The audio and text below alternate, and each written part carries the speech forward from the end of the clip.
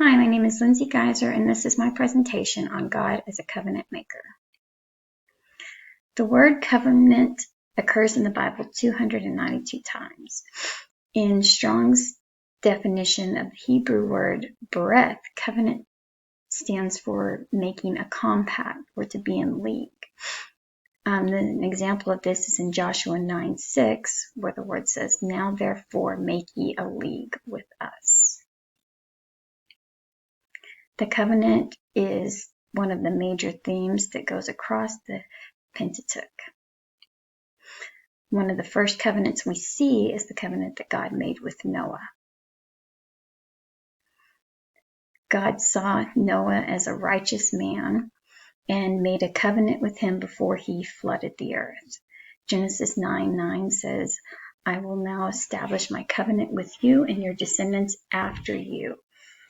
In Genesis 9:11, God promised Noah and his family that he will never again destroy all life in the world with the waters of a flood.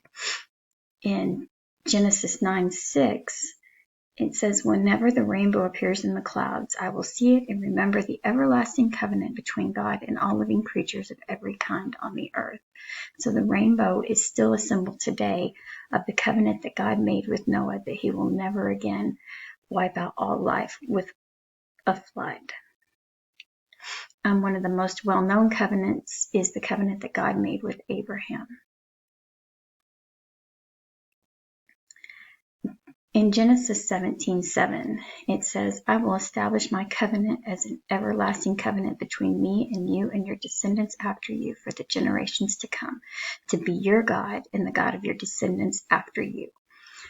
Because God made a covenant with Abraham to bless him and to give him land and to give him a son, Abraham trusted God so much and his promise from God that he was willing to sacrifice his son Isaac when Isaac was a boy. This is just showing the amount of faith that Abraham had in that covenant that God made him, because he wouldn't have descendants or generations to come without Isaac. In Exodus, we see as the Israelites cry out for help as they're enslaved in Egypt, that God remembered his covenant with Abraham, Isaac, and with Jacob. Exodus 6:5 says, "Moreover, I have heard the groaning of the Israelites whom the Egyptians are enslaving, and I have remembered my covenant." In Leviticus, after they're saved from the Egyptians, God promises them that he will look on them with favor and make them fruitful and increase their numbers, and that he will keep his covenant with them. Deuteronomy 4:13 ties the covenant into the Ten Commandments. "And he declared unto you his covenant, which he commanded you to perform, even 10 commandments, and he wrote them upon 2 tables of stone." Deuteronomy 4:31, "For the Lord your God is a merciful God, and he will not forsake thee, neither destroy thee, nor forget the covenant of thy fathers, which he swore unto them." The covenant goes on into the rest of the Old Testament Bible. God makes a covenant with David, and the David covenant is a slight modification of the Sinai covenant. And through this covenant he makes with David, it's the pathway to Jesus, our Messiah. When God makes this covenant with David, 2 Samuel 7:28 says that David says, "Sovereign Lord, you are God. Your covenant is trustworthy, and you have promised these good things to your servant." After the fall of Jerusalem in Israel, and the people of Israel began to come back to their homeland, Ezra worked to reestablish the covenant of the people between the people and God, and reestablishing the laws of the 10 Commandments. Ezra 10:3 says, "Now let us make a covenant before our God to send away all these women and their children in accordance with the counsel of my Lord and those who fear the commands of our God. Let it be done according to the law.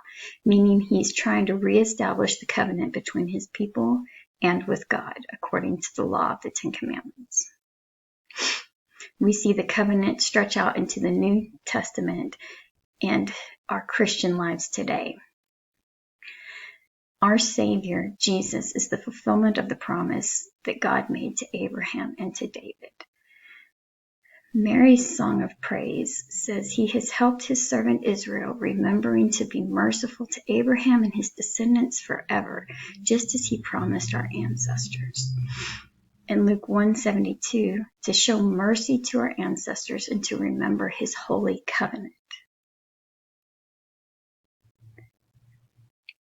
Because of the covenant and because of our Savior, we are now heirs to the promises of Abraham.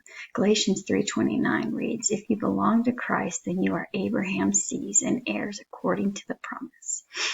Acts 3:25 says, "And you are heirs of the prophets and of the covenant God made with your fathers. He said to Abraham, through your offspring, all peoples of the earth will be blessed." And that's us. Hebrews 10:16, "This is the covenant I will make with them after that time, says the Lord. I will put my laws in their hearts and I will write them on their minds." Thank you very much.